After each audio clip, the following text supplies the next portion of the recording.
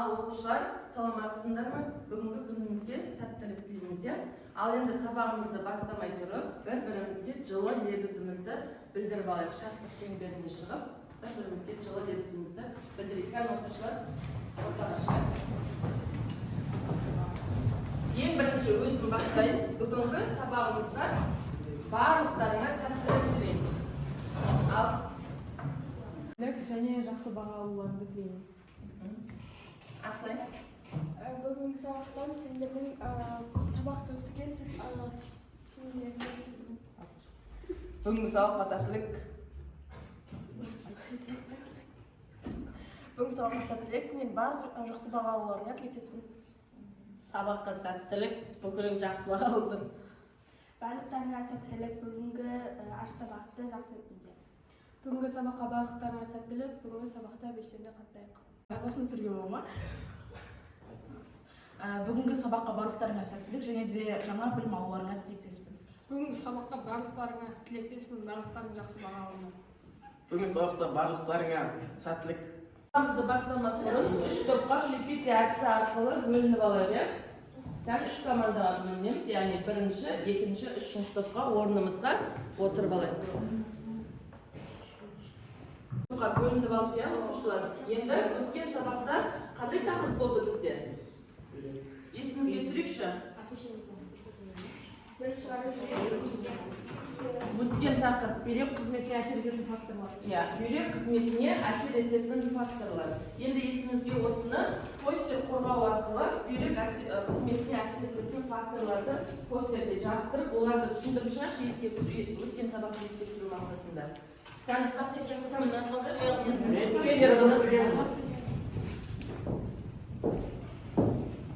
Мына жерден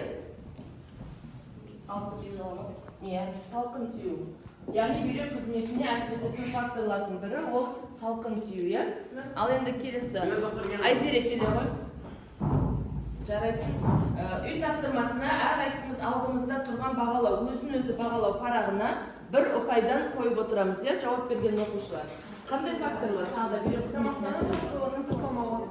Тамақтану рационын сақтамау. Келесі. Келе ғой. Исмаил, өте жақсы. Айзере өзімен бір ұпай қоямыз. Дәрілік препараттарды көп мөлшерде қолданбау, қолданыңыз. Кел, үшінші топ. Белсенділіктен келе ғой жақсы.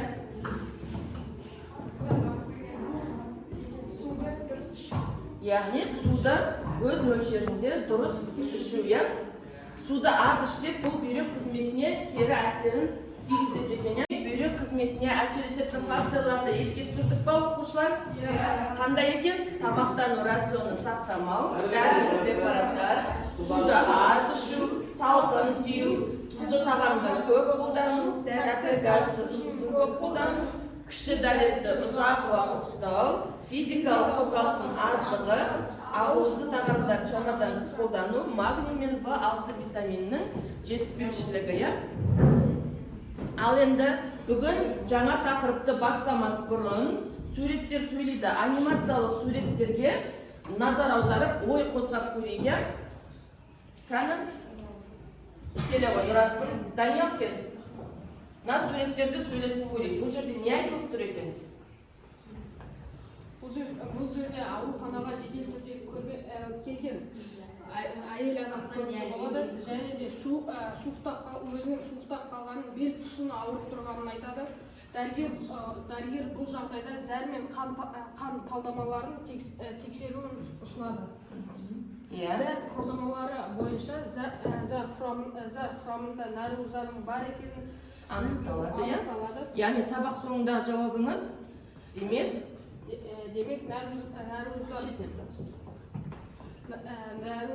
бар болған.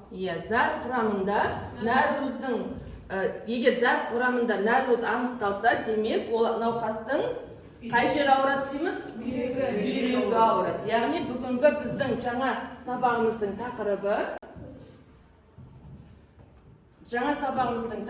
зәр шығару жүйесінің гигиенасы. Бүгінгі біздің сабағымыздың мақсаты бүйрек және зәр шығару жүйесінің ауруларының алдын алу және болдырмау. Ал енді осы тақырыпты тереңінен түсіну үшін видеоға назар аударайық. Білерсіз. Ағзамыздағы бүйректің рөлі аса маңызды болып табылады. Ол қан құрамын ол заттардан тазартып, ағзадағы сулы сыртқа шығарады.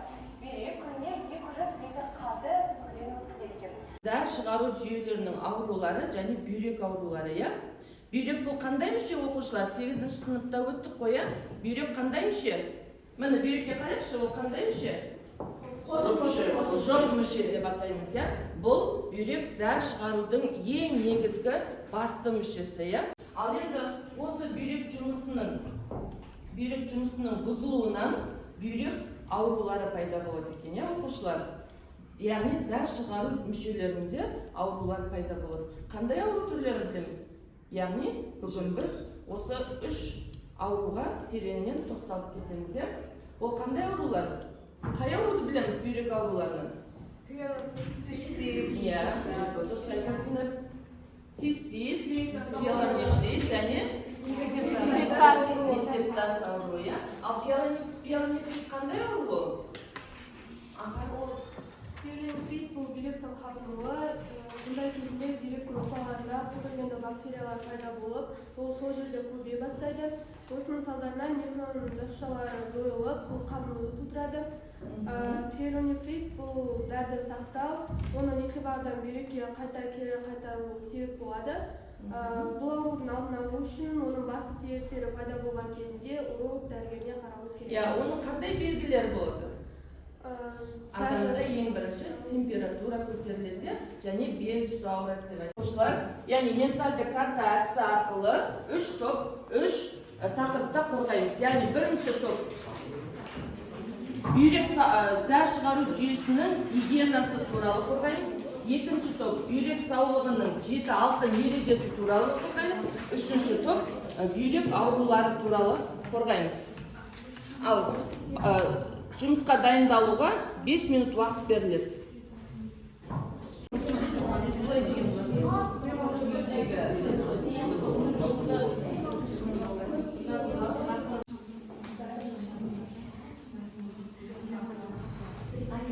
Минутымыз аяқталды.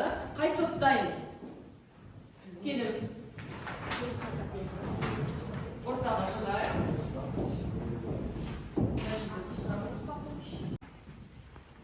Бізде 7-6 ереже, яғни бүйрек ауруынан сақтану.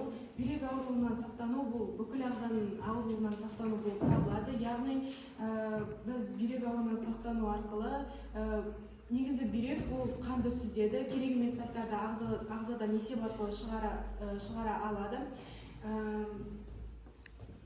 Тағы да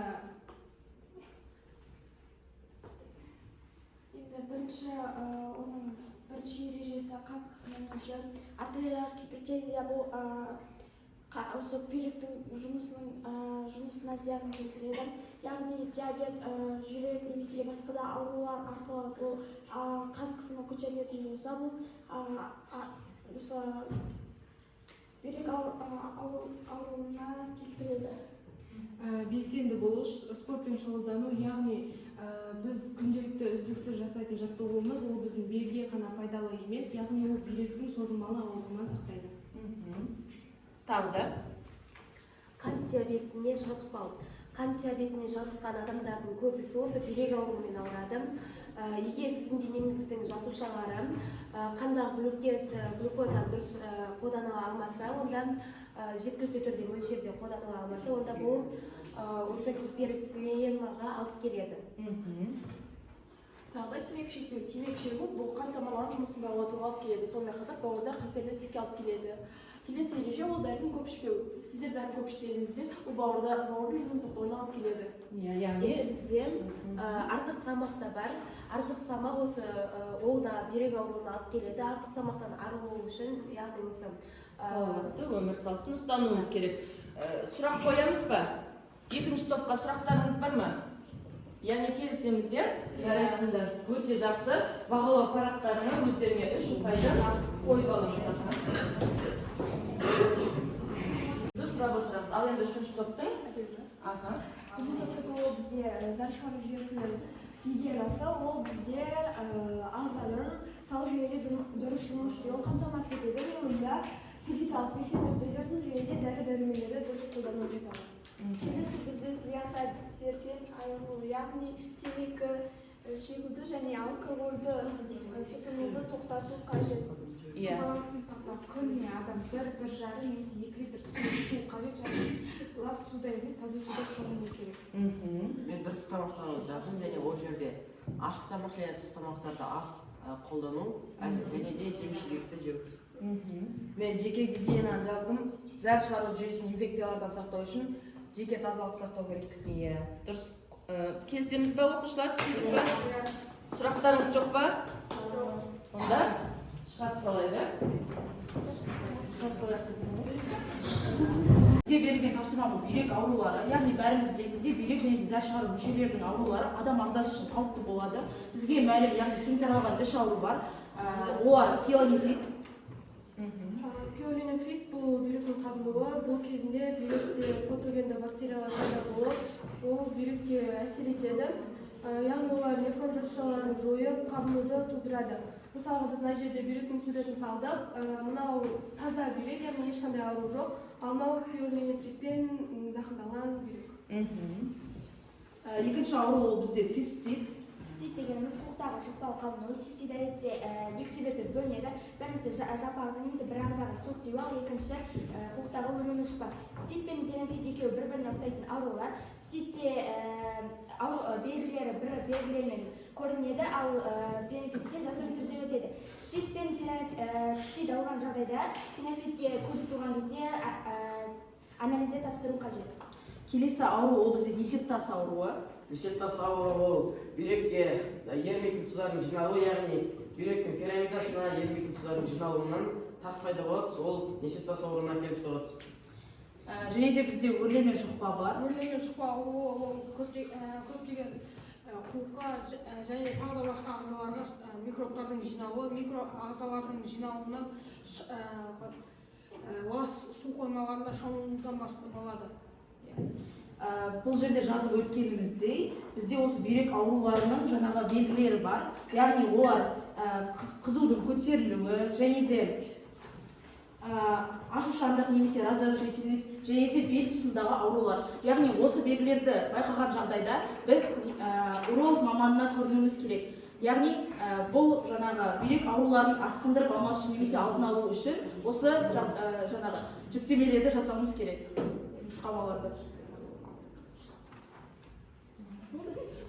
Топпен жұмыс барлықтарына өте жақсы деген баға қойылады. Әрқайсының алдарында тұрған бағалау парағына 3 балдан қойып алсаңдар болады.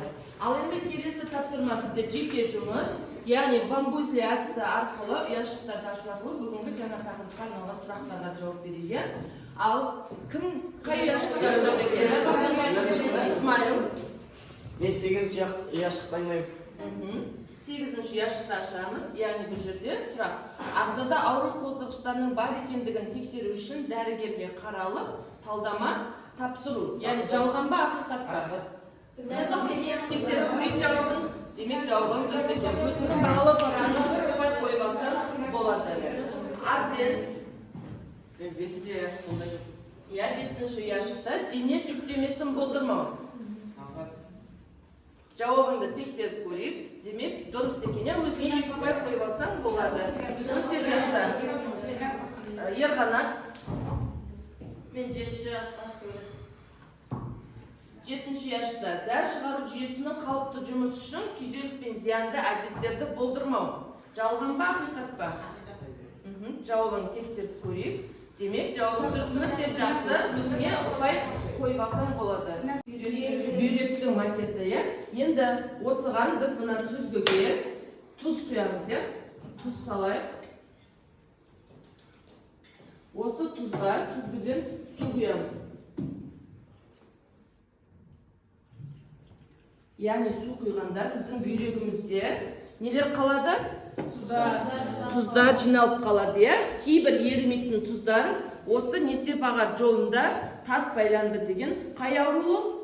Несептас ауруы. Енді осыған байланысты келесі кестені кітабымыздан ашып, тез толтырамыз және бір-бірімізді бағалаймыз. Ал енді жұптық жұмысты аяқтадық, бір-бірімізді бағаладық, иә, оқушылар бағалау парағына ұпайларыңды қойып алсаңдар болады. Ал енді бізде қазір ұжымдық жұмыс. Яғни ұжымдық жұмысты бастамас бұрын мына видеоға мұқият тыңдаймыз мына видеоны. ақш-дағы муниципалды ауруханаларда 10 мың медбикенің денсаулығын 4 жыл бойы бақылау арқылы бүйрек жұмысының бұзылуы ұйықтау уақытына тікелей тәуелді екені анық. Ал енді бұл жерде тапсырма 4-ші, яғни жағдаят тапсырмасы. Жаңа видеоны барлығымыз көрдік. Яғни ол жерде салауатты өмір салтының жай шығару жүйесінің жұмысына тигізетін маңызы қандай екен?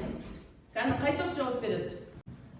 Салауатты өмір салтын ұстану және де спортпен шұғылдану бұл бізде бүйректің ауырмауына өз көмегін тигізеді. Яғни айтайықшы, зәр шығару жүйесінің жұмысына әсер ететінің ұйқының маңызы қандай екен? Яғни ұйқының маңызы, яғни жаңағы тәулігіне 7 сағат толық ұйықтау бізде бүйрек ауруларын алдын алады және де бүйрек ауруларының пайда болуына жаңағы жағдай жасамайды. Ал егер де біз 3 айда көп уақыт жаңағы тәулігіне 7 сағат ұйықтамайтын болсақ, бізде жаңағы бүйректің қабынуы және де бүйректің басқа аурулары туындайды. Оқушылар, бүгінгі сабақтың рефлексиясы, яғни мен білетін 3 нәрсе. Бүгінгі сабақта не оқыдық? Айжан? Мен білетін 3 нәрсе пенефит, тесте және несептес аурулары туралы бүгінгі сабақта білдім. Яғни бүйрек ауруларының 3 түрімен таныстық, иә? Ал енді мені таңғалдырған 2 нәрсе. Бүгін неге таңғалдыңдар? Бүгінгі сабақтан. Сен бүгінгі сабақта неге таңғалдың? Менің таңғалған 2 нәрсе бұл бүйрекке тұздың жиналуы, яғни ерімейтін тұздардың бүйректен өтпеуі, яғни тас жиналуы. Яғни бүйректе тастың қалай пайда болатындығы туралы, иә? Ал енді 3-ші болашақта тереңінен қарастыратын бір нәрсе, яғни ол Айзере ұйқы режимін жөндеу. Ұйқы режимін жөндеу, одан кейін, яғни жалпы денсаулықты күту екен, иә? Сонымен алдымызда тұрған бағалау парағына барлығымыз осы рефлексия толтырамыз және өздерінің алған жалпы ұпайларыңды жазамыз.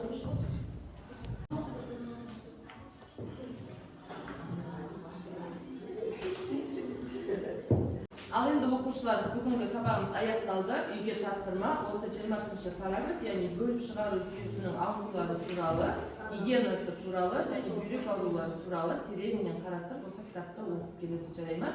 Және де 19-ші суретті салып келеміз.